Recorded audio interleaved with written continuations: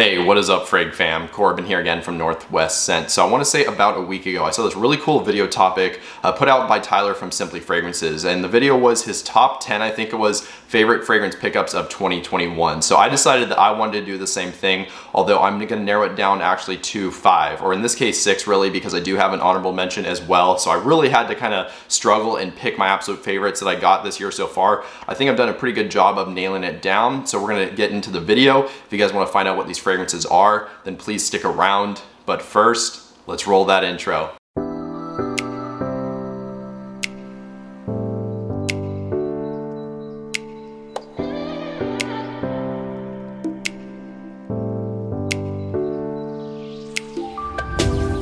Alright guys, welcome back from the intro, and like I already said, this is going to be my top 5 favorite fragrance pickups of 2021 so far, with a 6th honorable mention. So 6 fragrances total. You guys will see why that is here in a second. And again, I've picked up a lot of fragrances since January, so I had to go through a bunch of different fragrances and really pick and choose my absolute favorites, and I honestly ended up leaving out a bunch of fragrances that I really enjoyed a lot. Definitely if I did a top 10, this would have been a lot easier, but I really wanted to narrow it down to my top 5. Again, I do have an honorable mention just because I felt like I couldn't leave that one off. Let's dive into the video with the honorable mention.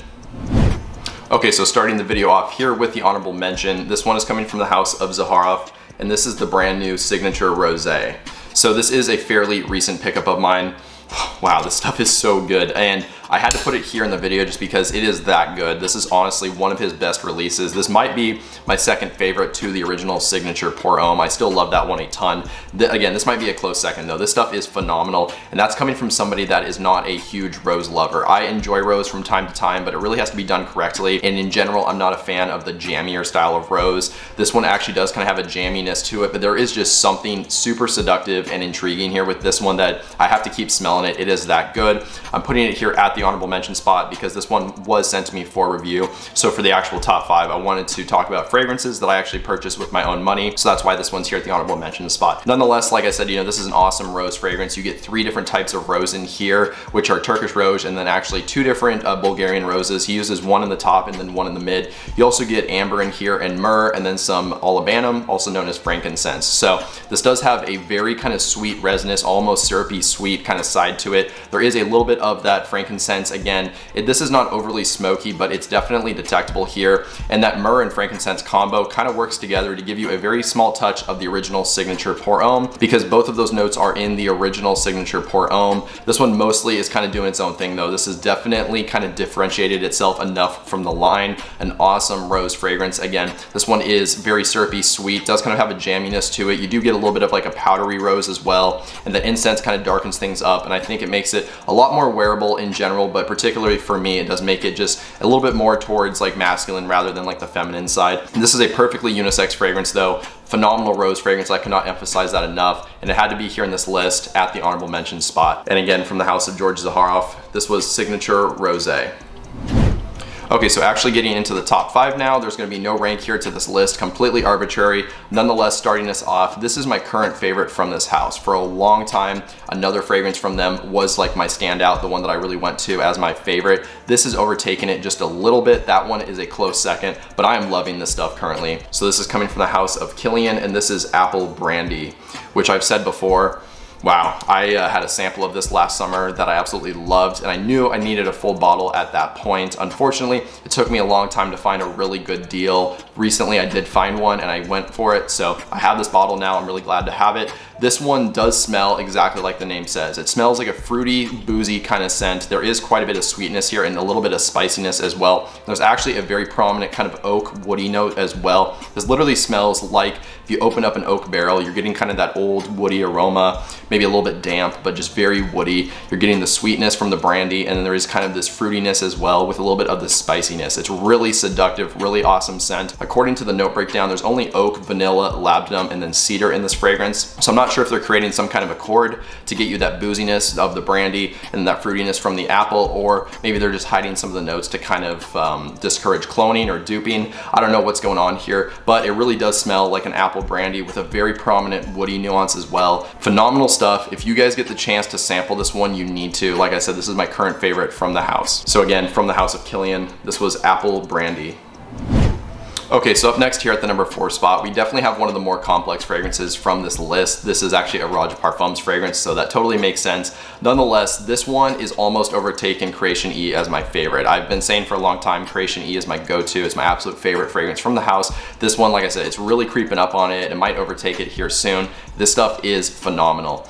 And this is, again, coming from the house of Roger Parfums. We are talking about Oligarch, which is actually surprisingly one of their more affordable fragrances. It's only an EDP concentration, but I do get good longevity out of it. And again, this is one of their more affordable fragrances. You can usually find it for like under $400 retail. And if you're looking like discounted and you're finding a good deal, even under $300. So a pretty good price for the house. This one, I kind of compare it to Elysium, but just with a little bit more depth. Elysium is very vibrant, citrusy, bright. It does kind of have a woodiness to it and a little bit of kind of a green aromatic touch, but that one is a little bit simpler to my nose. This one is sweeter. I get more depth from it. I just find it to be a better fragrance. So of course, like Elysium, this focuses around a lot of citruses. You also get the apple and then the black currant from that fragrance as well. Even some juniper berry. So this does kind of have like a sharp, astringent vibe to it, or kind of a bite almost. But it does kind of smoothen out with some woody notes, and there's a little bit of lavender in here, bringing kind of like a creamy, almost aromatic touch in a way. This stuff is phenomenal. Like, I think this is one of the best signature scents out there, period. This is like that style of fragrance where it totally works in the summer. It is vibrant, it is citrusy, it's uplifting, but it has enough depth and actually complexity to work year round.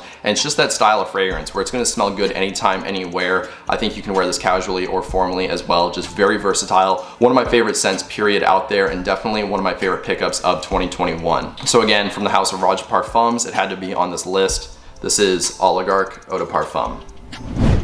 Okay, so up next here at the number 3 spot, we actually have a designer fragrance, which I think it's kind of crazy to think about that, because definitely within the last year or so, I've been gravitating a lot more towards niche fragrances, but this one has really surprised me. It's really been blowing me away. This stuff just smells phenomenal. So this is coming from the house of Issey Miyake, and this is Fusion d'Issey Extreme, which this is a new release here to 2021.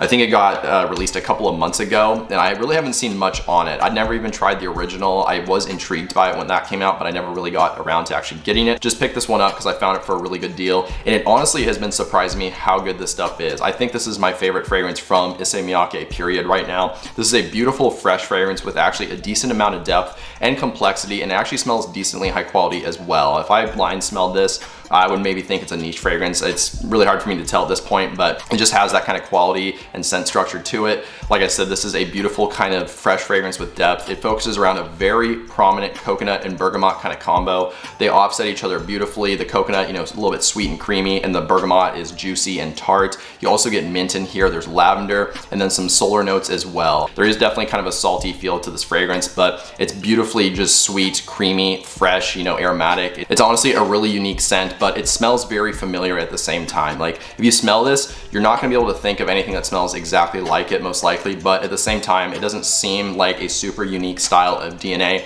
There's just something with it that works, and it's been working for me really well. I am loving this stuff. Very good kind of fresh, masculine coconut fragrance if that's something that you're after. So again, here at the number 3 spot, the only designer that's actually gonna be here on this list, coming from the house of Issey Miyake, this is Fusion d'Issey Extreme.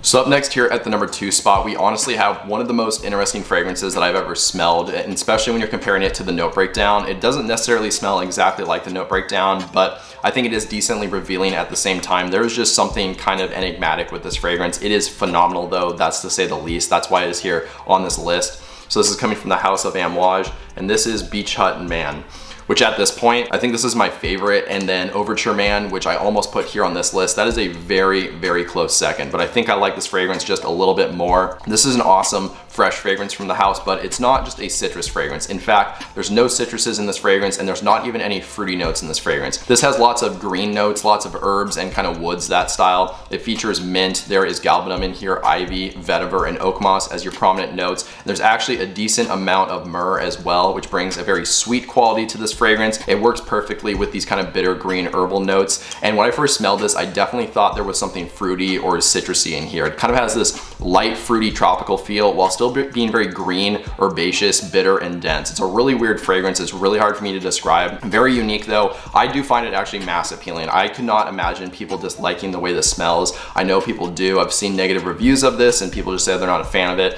but just based on the scent structure to my nose, it is that good. This stuff is amazing. So if you're after something that that is unique, green, fresh, and just very long lasting. That's one thing with this, that is for sure. This is a beast mode fresh fragrance. You definitely need to check this one out from the house of Amouage. So again, one of my current favorites from the year, absolutely, and my current favorite from the house, again, this is Beach Hut Man. Okay, so we are finally here to the #1 spot, and this is hands down my favorite aromatic fougere pickup of 2021. Now, recently I did a rank list of my top 20 aromatic fougères, again, ranked from my least favorite to my most favorite. This one made it to the #3 spot, and the other two, the fragrances at the #2 and 1 spot, are ones I've had for over a year now, at least since last summer, and most likely before that even. So that's why they're not in this video. Again, for fragrances that I picked up within this year, this is hands down my favorite fougere. So this is coming from the house of Penhaligon's, and this is Sartorial. Wow, just very unique aromatic fougere. This is doing something extremely different, but it still does hearken to a fougere and smell like one, and it's very appealing at the same time. So of course you're gonna get your oak moss and lavender in here as well. There might be even a little bit of geranium as well. I don't think there's tonka beans in this fragrance, but there are a lot of other sweet spices like cardamom, so this basically does classify as a fougere. But what's really going on here that's unique is this actually has metallic notes, aldehydes, beeswax, and then honey. So you get this kind of airy, clean linen smell, but it is kind of sharp and piercing at the same time, and you get this sweet kind of waxy smell, again, from the beeswax and the honey. And it's a very realistic, waxy kind of honey smell. It smells like there's actual honey that they put here in this bottle with all these other ingredients. Just in general, a very natural smelling fragrance. This one is almost like the shaving foam style of aromatic fougere, not really like the green herbal plant-like style, mixing with that kind of honey and waxy smell and those metallic notes. So it's a really interesting take on the genre. I'm absolutely loving this stuff. If you guys are into aromatic fougères, this is definitely one of the best ones out there in my opinion, and one that I recommend you guys check out or sample. So again, from the house of Penhaligon's, this had to be here in this video. This is Sartorial. Well, there you guys go. That was my top 5, or I should say my top 6 favorite fragrance pickups of 2021. Be sure to let me know down in the comments below what your favorite pickups are. I would really like to hear that. Overall, I hope you guys enjoyed this video, and if you did, I would really appreciate dropping a like just to show your support, and then that way more people can see my videos on YouTube. Additionally, if you want to write a comment, maybe just let me know your thoughts, as well as some new video ideas or topics, that would be great too. And since you're down there doing all that stuff, if you've not already, if you could hit the subscribe button and then the bell notification, that would be amazing. That way you stay up to date on new videos whenever they get released going forward. But with all that out of the way, that's all I really have for you guys today. So I hope you have a good one, stay healthy, stay wealthy, and smell great.